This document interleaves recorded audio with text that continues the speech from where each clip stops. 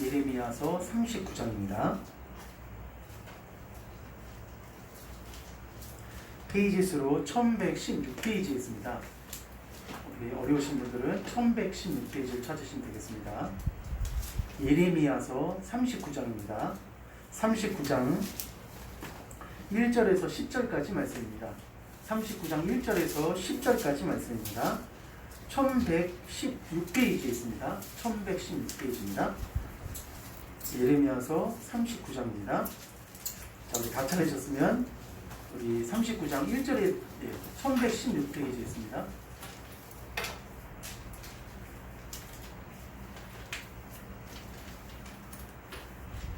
예레미야 39장 우리 한 절씩 우리 1절부터 10절까지 한 절씩 교도하겠습니다. 유다의 시드기야 왕의 제9년 열째 달에 바빌론의 느부갓네살 왕과 그의 모든 군대가 와서 예루살렘을 에워싸고 치더니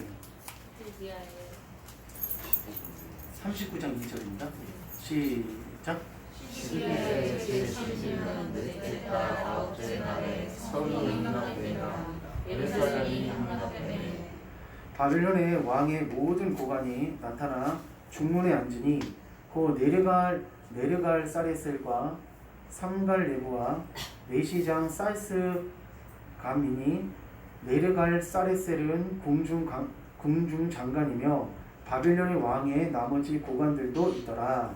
유다의 시기야 왕과 모든 군사가 그들을 보고 도망하되 밤에 왕의 동산길을 따라 지손을 향하여 성읍을 벗어나서 아르바로 갔더니 갈대아인의 군대가 그들을 따라 여리고 평원에서 시드기야에게 미쳐 그를 잡아서 데리고 하마 땅 라블리에 있는 바빌론의 느부갓네살 왕에게 올라가매 왕이 그를 신문하였더라.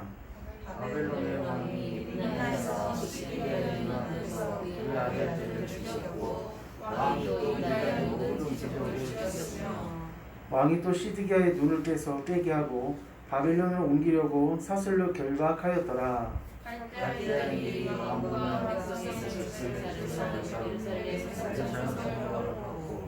사령관 누부사라단이 성중에 남아있는 백성과 자기에게 항복한 자와 그 외에 남은 백성을 잡아 바빌론으로 옮겼으며 다 같이 읽겠습니다. 사령관 누부사라단이 아무수 유다 땅에 남겨두고 이날의 포도원과 밭을 그들에게 주었더라. 아멘. 우리 찬양 한잔하고 하나님 말씀 나누도록 하겠습니다.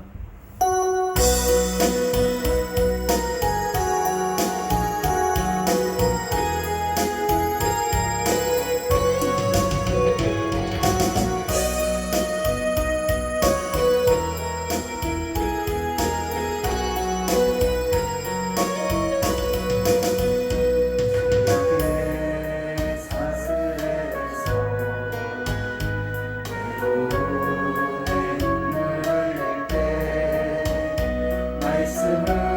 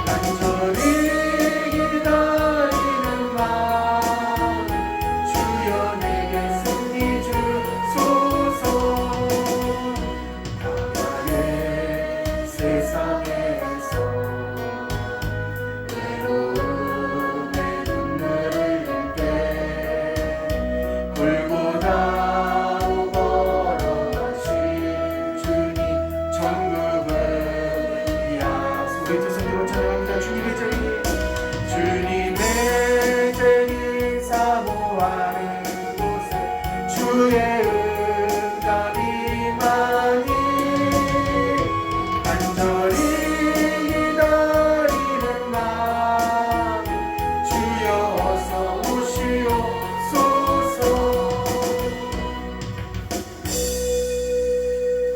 할렐루야. 자, 오늘 저는 한번 다 같이 한번 따르겠습니다. 죄는 그냥 안 넘어가시는 하나님. 자, 이런 말씀으로 우리 함께 하나님 말씀을 나누기 원합니다. 오늘 예레미야 39장 1절에서 10절에 오늘 등장하는 이 말씀 가운데 39장은 이스라엘 역사, 이 유다 역사 가운데서 가장 정말 비극적이고 암울한 그런 말씀이 오늘 39장에 나와 있는 말씀입니다. 왜 그러냐면은 이스라엘의, 그러니까 유다의 이스라엘은 먼저 아수르라는 나라에 의해서 멸망을 당했고, 이제 남유다의 마지막 왕이 어떤 왕이었냐면은 한번 따라하겠습니다. 시드기야. 예, 시드기야 20대 왕입니다. 20대 왕이었던 시드기야가 통치하고 있었던 이 나라인데, 이 시드기야가 통치하고 있던 이 나라 유다 왕이, 이 유다 나라가 마지막으로 누구에 의해서 멸망당하냐면은 바벨론에 의해서 이 멸망당하는 오는 장면이 39장에 등장합니다. 우리가 이 땅을 살아가면서 우리가 하나님 앞에 정말 선한 일들만 하고, 또 하나님 앞에 의로운 일들만 하고, 또 하나님이 보시기에 기뻐하시는 일들만 우리가 한다면은 하나님께서는 우리 인생 가운데 39장의 역사가 일어나지 않을 것입니다. 오늘 성도님들, 일생을 살아가시면서 39장이 내게 찾아오지 아니하고 여기 계신 우리 성도님들은 하나님의 은혜와 보호와 축복만 받으시는 귀한 성도님들 되시기를 주님의 이름으로 간절히 축복합니다. 자, 그러므로 저거 PPT 한 번만 좀 세워주시겠습니까?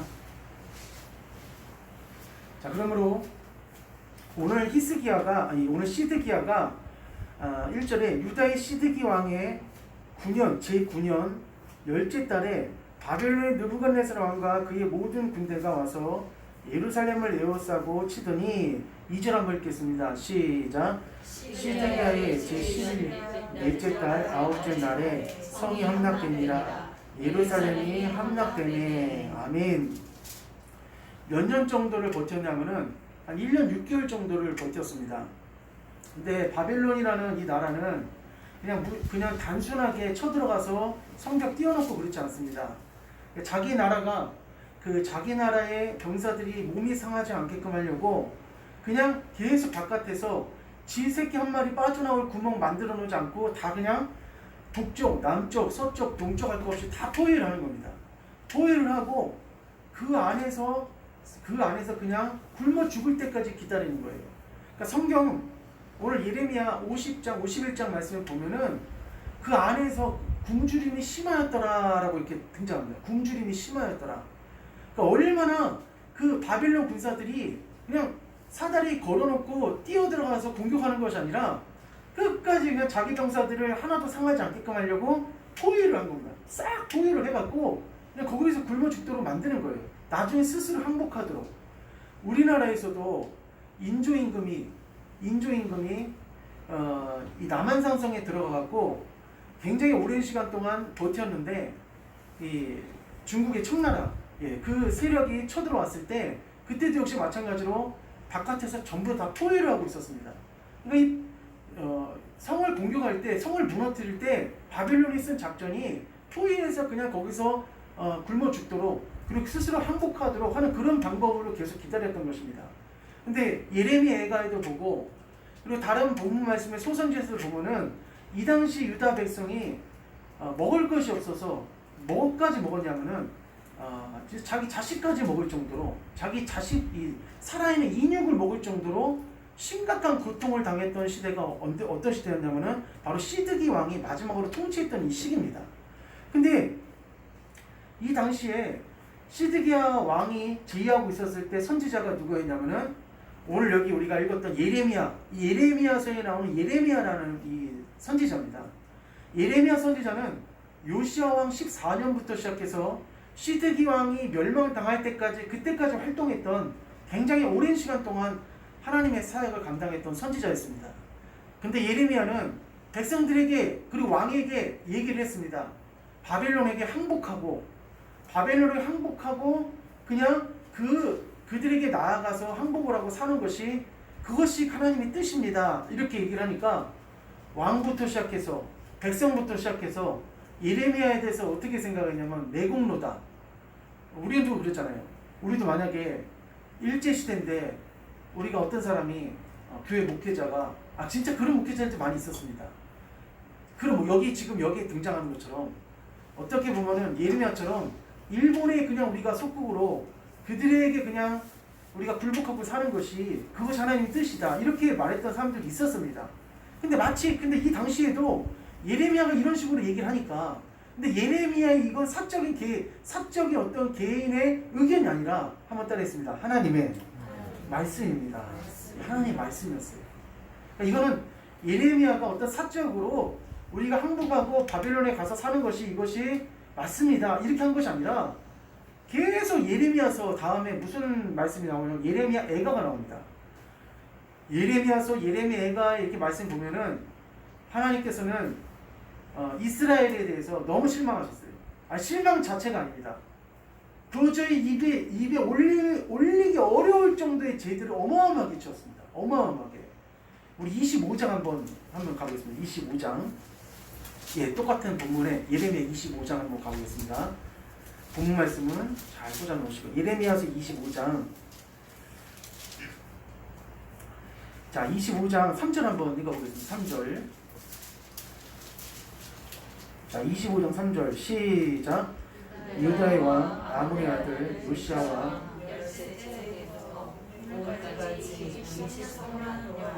여호와의 말씀이 내게 임하기로 내가 너희에게 꾸준히 일렀으나 너희가 순종하지 아니하였느니라. 아멘. 언제부터? 요시야 왕 13째 해부터 오늘까지 23년 동안입니다. 23년 동안 계속 여호와의 말씀을 누구한테 전해줬냐면은 그 당시에 유다 백성들한테 끊임없이 전해줬습니다. 근데 하나님의 말씀은 너희가 순종하지 아니하였느니라 라고 했어요. 순종하지 아니하였느니라. 우리 귀한 성도님들, 우리는 하나님의 말씀에 순종하시기를 축복합니다. 순종해야 되는데 23년 동안이나 말씀을 계속 전해줬지만은 무려 23년 동안 하나님의 말씀을 한 귀로 듣고 한 귀로 흘리고 전혀 듣질 않은 겁니다. 그랬더니 4절입니다. 시작. 그러므로 여호와께서 그의 모든 종 선지자를 너희에게 끊임없이 보내었으나 너희가 순종하지 아니하였으며 귀를 기울여 듣지도 아니하였느니라. 아멘. 또 보니까 5절에 그가 이르시되 너희는 각자의 악한 길과 악행을 버리고 돌아오라. 그리하면 나 여호와가 너희와 너희 조상들에게 영원부터 영원까지 준 그 땅에 살리라 라고 하면서 이 지금 예레미야서 1장부터 거의 20장까지는 있잖아요. 이스라엘의 죄악상에 대해서 아주 폭로를 합니다. 엄청난 죄를 지은 것에 대해서 어마어마하게 폭로를 합니다. 우리가 일일이 그걸 지금 시간이 없기 때문에 다 찾을 수 있는 그런 상황은 안 되고, 아무쪼록 다윗의 나라였던, 다윗의 그런 국가였던 유다 나라가 북이스라엘을 우상숭배로 망해버렸고 아수르 군대가 쳐들어와서 북이스라엘을 멸망시켰는데, 아수르의 그 방법을 어떤 방법을 취했냐면은 석국에 대해서 혼합했습니다. 인종을 혼합을 시켜서 아예 그 순수 혈통이 일어나지 못하도록 완전히 북이스라엘을 완전 섞어버렸습니다. 그 후로부터 북이스라엘 사람들은 어떤 사람이라는 호칭이 따라붙었냐면은 사마리아인이라는 그런 호칭이 따라붙기 시작했습니다. 그러니까 북이스라엘이 멸망한 것도 하나님 앞에 엄청난 죄를 졌는데, 남유다는 또 그것을 그대로 답습해갖고, 그러니까 요시야 왕 이전에 므낫세 왕이 그렇게 큰 죄를 졌었고, 다윗의 그 20대 왕 중에서 한 7명 정도의 왕이 아주 심각한 죄를 졌습니다. 특별히 통치 말에, 유다 왕국이 멸망하기 그 말에 어마어마한 죄를 너무 많이 진 거예요. 그래서 오늘 제목에 보면은 한번 읽어봅시다. 시작.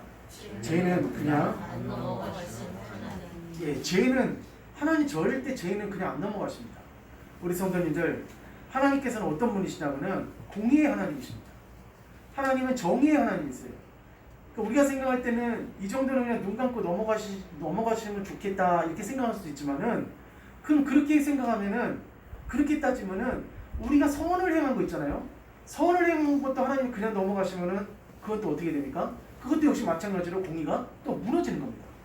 그러니까 하나님께서 성경 66권 중에서 첫 번째 장이었던 창세기에서 아담과 하와가 선악과를 따먹었는데 그걸 하나님이 그냥 넘어가시질 않으셨어요. 선악과 따먹은 그 사건도 하나님이 그냥 넘어가시지 않고 어디서 쫓아버리셨냐면은 에덴 동산에서 쫓아내버리셨습니다. 그러니까 이만큼 우리 믿음의 성도가, 믿음의 사람이 우리가 이 땅의 삶을 살아가면서 죄를 짓게 되면은 그 죄에 대해서는 하나님은 절대로 그냥 넘어가시는 분이 아니시라는 거예요. 우리 성도님들, 우리는 죄와 싸워 이기시기를 주님의 이름으로 간절히 축복합니다. 그래서 자, 죄에는 반드시 따라오는 징계와 저주가 있습니다. 그러니까 죄를 지었으면 그 죄의 증거수로 끝나면 참 좋겠어요. 저도 그게 바람입니다. 만약에 제가 어떤 죄를 졌으면은 그냥 그 죄의 증거로 하나님께 회개하면은 그냥 그것으로 다 끝났으면 좋겠어요. 근데 항상 성경에는 죄를 짓게 되면 항상 그게 반드시 따라오는 뭐가 있냐면은 징계와 저주가 있다는 거예요. 징계와 저주. 그래서 절대로 그냥 넘어가시는 분이 절대로 아니라는 겁니다. 다윗이 시편에 심상이 눈물이 젖을 때까지 하나님 앞에 통곡하면서 회개를 했습니다. 엄청나게 회개를 했어요. 근데 그렇게 회개했음에도 불구하고 다윗의 집에 뭐가 따라붙었냐면은 칼이 따라붙었습니다. 칼이 따라붙어갖고 다윗의 그 통치 기간 내내 다윗이 지었던 그 범죄로 인한 그 열매들을 다윗이 그대로 따먹게 된 거예요. 결국은 있잖아요. 우리가 이 죄에 대해서도 하나님이 절대 넘어가시지 않지만은 한번 읽어봅시다. 선한 행동도 시작. 선한 행동도 그냥 넘어가시지 않고 축복으로 갚아주십니다. 예. 선한 행동도 있잖아요. 우리가 하나님 앞에 하잖아요. 그럼 반드시 그것도 하나님이 축복으로 갚아주십니다. 할렐루야. 우리가 하나님을 위해서 기도하고 또 누군가에게 복음을 전하고 또 누군가를 위해서 기도해주고 또 하나님을 우리가 찬양하고 하나님에서 살아가고 이렇게 하는 행동에 대해서 하나님께서는 그것도 그냥 넘어가시지 않고 우리의 삶 가운데 하나님께서 영육간의 열매를 부어주신다는 것입니다. 성경에 보니까 수넴 여인이 엘리사 선지자를 위해서 음식도 대접하고 방을 만들어서 책상하고 촛불을 만들어갖고 선지자 그 활동을 하시면서 거기서 하나님의 일을 잘하도록 그렇게 만들었었는데 그것이 엘리사에게는 정말 고마움이었었고 하나님께서는 또 그것을 넘어가시지 않으시고 그 수넴 여인 집에 뭐가 없었냐면은 자식이 없었습니다. 그래서 그 수넴 여인에게 어떠한 은혜를 베풀어 주셨냐면은 자식을 선물로 하나님이 주셨다는 거예요. 그러므로 선도 그냥 넘어가시지 않고 악도 그냥 넘어가시지 않고 하나님께서는 전부 다 그것에 따르는 결과를 부어 주신다는 겁니다. 결국 시드기야는 몇 년 동안 왕이 있었냐면은 11년 정도 있었습니다. 11년. 시드기야가 왕으로 임명되어지고 세워진 것은 누가 세웠냐면은 바빌론에 있는 느부갓네살 왕이 세운 겁니다. 근데 그가 계속 예레미야에 대해서 이야기를 했어요. 다른 방법은 없냐? 다른 길은 없냐? 얘기하니까 예레미야가 다른 방법, 다른 길은 없습니다. 오로지 바벨론에게 항복하는 길밖에 없습니다. 그래서 이렇게 얘기를 했습니다. 그러니까 시드기야도 마찬가지고 나라의 백성들도 마찬가지고 그 당시에 신하들도 마찬가지고 누구를 미워했냐면은 이 예레미야를 엄청 미워했습니다. 그래서 예레미야를 어디다 가둬버렸냐면은 시대 뜰에다가 가둬버렸습니다. 아예 그냥 꼼짝도 못하게 만들었어요. 그리고 결국 하나님의 말씀은 성취가 됐습니다. 그리고 이 시드기야가 어떤 행동을 하냐, 이런 행동을 합니다. 바벨론이 1년 6개월 만에 이제 그 성을 함락을 했어요. 그런데 자 우리 말씀 다시 39장 39장 4절 한번 읽어봅시다. 4절 시작. 유다의 시드기야 왕과 모든 군사가 그들을 보고 도망하되 밤에 왕의 동산길을 따라 두당 샘문을 통하여 성읍을 벗어나서 아라바로 갔더니 아멘. 백성들을 버리고 도망갔습니다. 자기 호위 군사들을 데리고 광야로 도망을 갔어요. 근데 우리 이거 진짜 잘 하셔야 됩니다. 잡히게 하시는 것도 하나님이시고 안 잡히게 하시는 것도 하나님입니다. 할렐루야. 우리의 모든 범사에 일어나는 일들은 우연이 없습니다. 내가 무엇인가 질병에 걸리지 않고 건강한 삶을 살고 어떤 일이 잘 풀린다고 생각됐을 때 그것이 내 공로가 아니라 누구의 은혜로 우리가 믿어야 되냐? 하나님의 은혜로 믿으셔야 됩니다. 할렐루야. 그러니까 그런 가운데서 시드기야는 자기가 잘하는 길로 얘는 이 지역에 살고 있으니까 누구보다도 자기가 잘하는 길이잖아요. 그렇게 자기가 잘 아는 길로 도망갔음에도 불구하고 결국 누구한테 붙잡혔냐면은 갈대아 군사들한테 붙잡혔습니다. 그래서 그가 아주 비극적인 상황을 맞게 됩니다. 어떤 상황을 맞게 되냐? 6절에 바벨론 왕이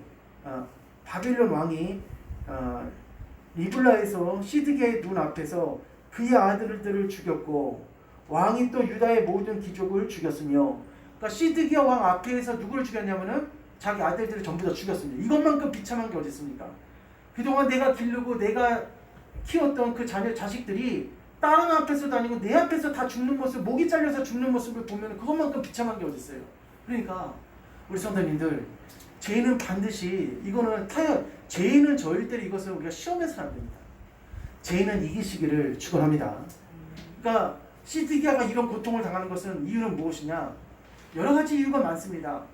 백성의 통치자로서 이스라엘 백성들, 이 유다 백성들이 하나님 앞에 바로 서도록 만들었어야 되는데 그것을 하지 못한 책임이 누구한테 있었냐면 바로 시드기야 왕한테 있었고, 백성들은 백성들대로 잘못한 것들이 굉장히 많이 있었습니다.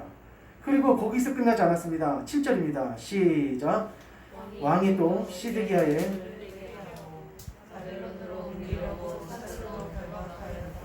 아멘. 시드기야의 무엇을 뺐냐면 눈까지 뺐습니다. 그러니까 시드기야 왕뿐만이 아니라 이스라엘 모든 백성이 이 갈대아 바빌론 군사들에 의해서 엄청난 고통을, 엄청난 비극을, 엄청난 그런 수치와 모욕을 당하면서 나갔던 것입니다. 그래서 결국은 북이스라엘이 아시리아에서 732년, 721년에 멸망을 당했고, 바빌론도 606년에서 586년 사이에 유다도 마지막으로 멸망을 당했습니다. 그러니까 이 북이스라엘도 마찬가지고 바빌론도 역시 마찬가지로 이들이 왜 멸망했나 그걸 알아야 됩니다. 이들이 왜 멸망했는가? 이스라엘은 아수르로 포로되어서 끌려갔고 유다는 바빌론으로 포로되어져서 끌려갔습니다. 이때 같이 끌려갔던 사람 중에 우리가 잘 알고 있는 누가 있냐면 다니엘이 이때 끌려갔고 에스겔도 이 당시에 끌려갔습니다.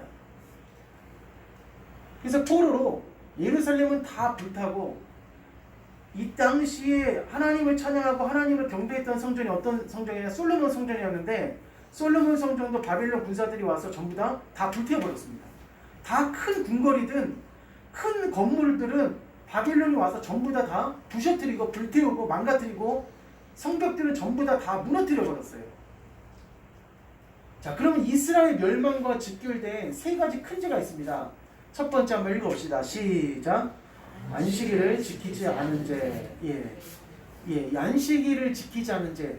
이스라엘과 남유다가 멸망할 수밖에 없었던 큰 죄가, 멸망으로 직결되는 첫 번째 죄가 어떤 죄였냐면 바로 안식일을 지키지 않았던 죄입니다. 그러니까 이 당시에 예배가 다 무너졌어요. 예배가 무너졌습니다. 그러니까 이스라엘이 멸망하고 남유다가 멸망하고 난 다음에 아수르하고 바벨론의 포로로 끌려갔습니다. 근데 그때 아수르와 바벨론에 있는 왕이 이런 명령을 내렸어요. 너희는 너희 나라로 너희 백성들에게 너희 신앙과 너희 그 종교를 가르쳐라 라고 하면서 그렇게 얘기를 했습니다. 명령을 했습니다. 그런 명령은 진짜 이 보기 드문 명령인데 그런 명령을 한 거예요. 그런데 명령을 했으니까 이스라엘의 유다의 제사장이 가서 백성들을 가르쳐야 되는데 어떤 일이 벌어졌냐면은 가르칠 제사장이 없었어요. 왜 가르칠 제사장이 없었냐면은 그만큼 제사장들이 타락하고 그만큼 제사장들의 율법에 무지하고, 그러니까 그것을 봤을 때 멸망하기 직전에 남유다와 북이스라엘의 종교 현실은 너무나도 하나님 앞에 봤을 때 신앙의 현실은 너무나도 참혹한 상태였습니다. 우리 시간이 흐르고 지나도 절대 우리는 하나님을 배신하지 마시고 하나님이 주신 그 은혜와 믿음을 굳건하게 잘 지키시기를 주님의 이름으로 축원합니다. 자, 그리고 두 번째 읽어봅시다. 시작. 11조를 드리지 않은 자. 예. 말라기서에 보니까 하나님의 것을 어떻게 해요? 도둑질했다고 나와 있어요. 그러니까 우리가 하나님께서 우리에게 주신 건강, 하나님께서 우리에게 주신 물질, 하나님께서 이 땅에서 주신 모든 것들에 대해서 우리가 하나님 앞에 신앙 고백하는 것이 뭐냐면 바로 이 11조입니다. 그 11조는 아예 처음부터 어떤 생각을 갖고 있었냐면 이것은 한번 따라했습니다. 하나님의 것입니다. 이건 하나님의 것이라는 거예요. 그리고 세 번째는 이스라엘 멸망과 직결된 세 가지 큰 죄 중에 세 번째는 뭐였냐면은 한번 읽어봅시다. 시작. 우상을 숭배한 죄. 예, 너무나도 많이 숭배했어요. 너무나도. 우리 예레미야서 7장 가보세요. 7장 한번 봅시다. 예레미야서 7장 한번 봅시다.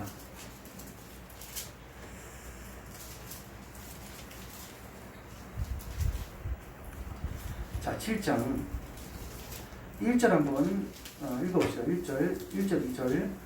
자, 시작. 예레미야에게 말씀이 임하니라. 이르시되 2절 시작. 너는 여호와의 진문에 서서 이 말을 선포하여 이르기를 이렇게 이 문으로 들어가는 유다 사람들아 여호와의 말씀을 들으라. 3절입니다. 시작. 만군의 여호와의 이스라엘 하나님께서 이와 같이 말씀하시되 너희 길과 행위를 바르게 하라. 그리하면 내가 너희로 이곳에 살게 하리라. 4절 우리 5절 한번 중요합니다. 시작. 너희는 이것을 여호와의 성전이라 하는 거짓말을 믿지 말라. 너희가 만일 길과 행위를 참으로 바르게 하여 이웃들 사이에 정의를 행하며. 아멘. 이스라엘 백성들이 여호와 앞에 성전에 들어가서 하나님 앞에 예배를 할 때 하나님께서 그들이 두 마음을 갖고 계셨기 때문에 그들이 하나님 앞에 예배하는 그 성전을 오는 그 발걸음에 대해서 하나님은 절대로 기뻐하시질 않으셨습니다. 그러니까 우리가 우리 마음 가운데 어떤 마음만 있어야 되냐? 하나님 한 분이 나를 구원하시는 구세주이시고 하나님 한 분만이 나를 이끌어 주시고 나를 천국까지 인도해 주시는 그런 구원자라는 것을 우리 마음에서 흔들리지 마시기를 주님의 이름으로 축복합니다.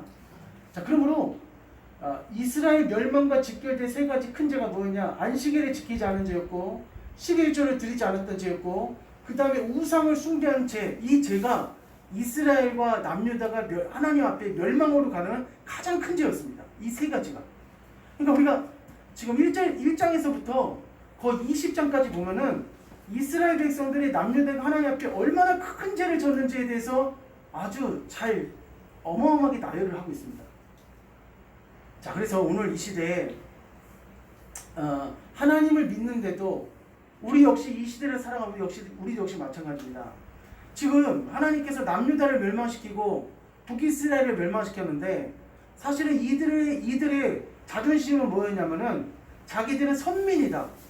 자기들은 하나님께서 이 이스라엘이라는 나라를 아브라함이라는 조상 때부터 시작해서 세워준 하나님이 통치하는 나라라는 그 선민의식이 강했습니다.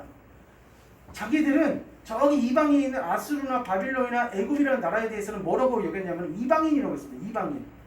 이방인이라고 그렇게 얘기를 했습니다. 그만큼 이스라엘 백성들은 선민의식이 굉장히 강했습니다. 하나님이 지켜주는 나라라고 그렇게 믿었어요. 근데 하나님이 지켜주시는 그런 나라라고 믿었지만은 결국 나중에는 어떻게 됐냐면은 하나님께서 모든 그 이스라엘 백성들을 다 어디로 끌고 가셨냐면은 바빌론과 아세르의 포로로 끌려가신 거예요. 그러니까 오늘 우리 이 시대도 역시 마찬가지입니다. 저희들도 하나님을 믿는데 혹시 내가 고난당하는 것들이 있는가? 내가 하나님을 믿는데도 어려움을 당하는 것들이 있다고 하면은 한번 내 자신을 한번 살펴봐야 됩니다. 하나님을 믿는 백성은 하나님께서 뭘 주시냐? 따라했습니다. 축복해 주시고 은혜를 주십니다. 예, 하나님께서 하나님 믿는 백성들한테 무엇을 주시냐면은 축복을 주시고 은혜를 주시는 것이지 하나님 믿는 백성들한테 징계하시고 저주하시는 하나님이 절대로 아닙니다. 그런데 자, 그럼에도 불구하고 내가 하나님을 믿는데도 고난을 당하는 이유가 있다면 그걸 한번 돌아봐야 되고 또 원인을 찾고 해결하라고 우리가 노력을 해야 됩니다. 그럼 이 시대에 현대 그리스도인들 가운데서 내가 하나님을 믿는데도 불구하고 내가 여러 가지 어려움을 당하고 이스라엘 백성들처럼 이렇게 바벨론의 포로를 끌려가고 아수르처럼 고통을 당하고 고난을 당하는 그런 일들처럼 내가 예수를 믿는데도 불구하고 나에게 축복이 오고 나에게 은혜가 오고 나에게 열매가 오고 나에게 풍성한 하나님의 사랑이 와야 되는데 그러한 것들이 오고 있지 못하고 있다면은 한번 자기 자신을 어떻게 해야 내 자신을 한번 되돌아봐야 된다는 것입니다.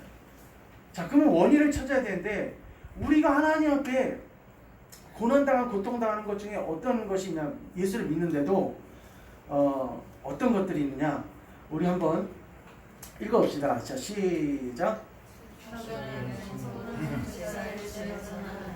자, 우리가 예수를 믿는데도 아직까지도 어떤 일을 할 때가 많이 있냐면은 이 제사를 지낼 때가 이렇게 제사를 지낼 때가 있습니다.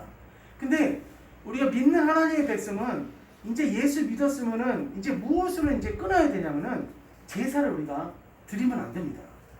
우리가 물론 초신자 때라든지 하나님을 잘 모를 때라든지 그럴 때는 제사에 대한 어떤 개념이나 어떤 그것이 없기 때문에 막 참여할 때도 있고 나도 모르게 할 때도 있고 그럴 때가 있습니다.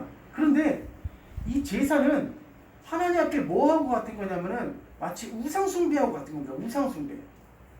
그러니까 추석에 우리가 추석 때도 역시 마찬가지고 설 때도 마찬가지고 또 평상시에도 뭐 부모님 기일이라든지 뭐 할아버지 기일이 되면은 가정에서 무엇을 드릴 때가 많이 있냐면은 제사를 드리는 사람들이 있습니다.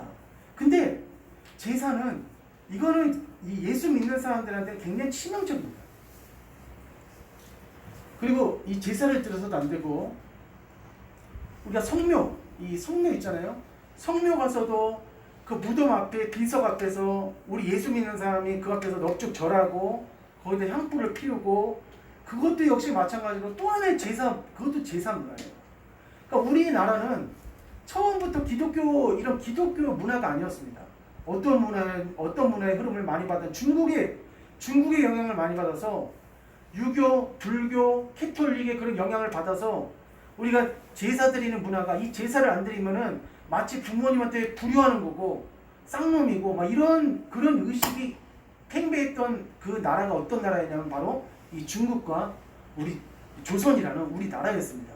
근데 이것은 우리가 유교 문화에 젖어 있고 불교 문화에 젖어 있어서 예수 믿는 그런 사람들 가운데서도 아직도 이 제사를 끊지 않고 드리는 경우가 굉장히 많이 있어요. 어떤 교회에서는 제사를 드려도 된다.